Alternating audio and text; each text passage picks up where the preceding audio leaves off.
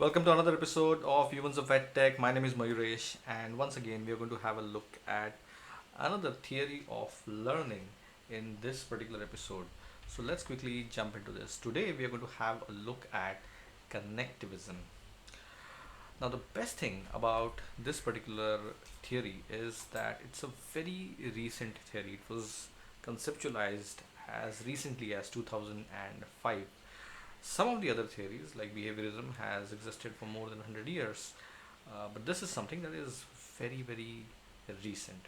So let's quickly jump into this. We're going to have the usual structure with respect to what is connectivism, how the teaching learning happens, and the impact on the adult learning. So I'm going to share the slide deck with you. I want to really focus only on one slide where I want to bring out the examples. I want to explain the examples more than this because I think the subject matter can very easily be discovered on the web. What essentially cannot be discovered is the real world application of this. So let's quickly jump into it. Awesome. So what is connectivism? What it essentially says is that knowledge is there, locked, parked on different nodes, and these nodes can be human beings, node can be machines, nodes can be websites, Wikipedias, anything, subject matter experts. Knowledge exists over there. Now, the ability of yours to be able to unlock that, connect all of it, and make that knowledge your own,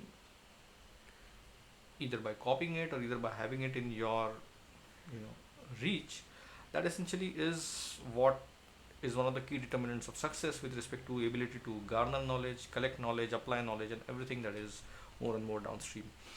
It is a theory that is more and more applicable to learning in the digital age. So let's quickly look at it, what connectivism is, especially some of the applications, some of the principles before that, and then we quickly jump into the applications.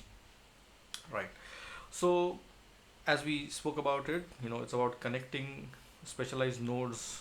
Nodes means people, human beings, machines, informations. The knowledge essentially rise because all of these nodes are different. There is diversity over there. It can be non-human appliances also. Capacity to know, capture more of these nodes is more critical than what you know at this point in time. So nurturing and making more connections is absolutely very, very important to make more and more continuous learning. Ability to see connections. Let me just elaborate over here. Looking at some phenomena in nature and seeing that, okay, there is application by the virtue of biomimicry applicable in a different field is a great ability to see connections between two fields, two disciplines. That's what essentially it means. Something that is up to date, you are absolutely going after something that is latest, is very, very important. And the decision to make and the ability to make decisions itself is the learning process. Whether you should go after a particular node, resource, human being, capture it, all of these things, they aid in the learning process. Let's now quickly jump onto the really the most important slide in this particular slide deck. And how does it really work? Now let's just say that you have a Slack channel, that is a learner only Slack channel, where people who are essentially qualified learners, they may be paid learners, people who have opted into your programs, and you put together in a Slack channel, and suddenly you have like a 1500 people in the Slack channel. So a learner only Slack channel is a very, very vibrant way where you're able to access all of these nodes in a very, very easy way. So next time when you're in your Telegram group, WhatsApp groups, it is not just like a group where you're able to get a lot of noise, but you're actually able to unlock all of these nodes as per connectivism. Collaborative nodes. So these are essentially, if you're able to put together a summary of what you are learning, and then you're able to keep it to yourself or share it with selected people or publish it to the rest of your class or to the whole school, that's essentially is the collaboration aspect of it. And then you're also doing the notes taking for yourself. So all of these things, if it can be institutionalized as a feature in one of those products, can be really, really awesome.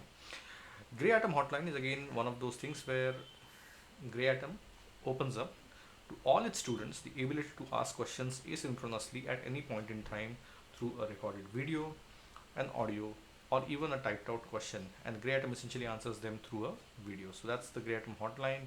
Students can ask them at any point in time. So students are unlocking the subject matter experts at Grey Atom, and they are able to answer them. Any online community, whether it is a meetup community where people are able to access a common wall, post, ask questions, participate, so those kind of things. If you're capturing something, if you're taking some of these notes, and if you believe that this is something that really worthy of sharing in a very structured way as a blog, can you blog it, can you post it from the same product, from the same platform? So that's essentially the thing. Ability to publish your work, your code base, from the Grey Atom learning platform or any online ID to GitHub also is a part, is a process where you're essentially adding to the node. You're being a node, you're adding a non-human node, you're creating, enriching it. So all of these things, all of these actions are essentially part of what you call as connectivism. Collab and Stack Overflow example, community, I think we spoke about it.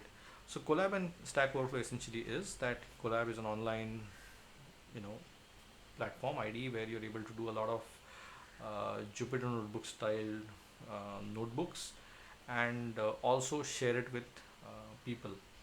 And it has a very sleek integration with Stack Overflow where you're able to query and seek a lot of answers and clarity from Stack Overflow. So something very very useful where you are able to marry two nodes for the betterment of the learning process. So this in essence is what connectivism is all about. You are, let me just summarize the definition. Essentially you have nodes can be people, nodes can be machines, websites, wikis, anything, and your ability to connect all of them, your ability to traverse it really really quickly, to organize it for your own benefit, helps in your learning process, and that is what is at the heart of connectivism. It's a school of learning that's more institutionalized very very recently, as early as 2005, and it absolutely supports everything that you do from a teaching learning perspective at this point in time. I hope this helps. I hope this serves as a very gentle introduction to what connectivism is. There are a couple of published authors over here. One is Siemens and second is Downs. I think they have their papers very well established and published, available freely. Please go and check it out. The attempt over here is to just have a very simple introduction to this with the applications. I hope this helps.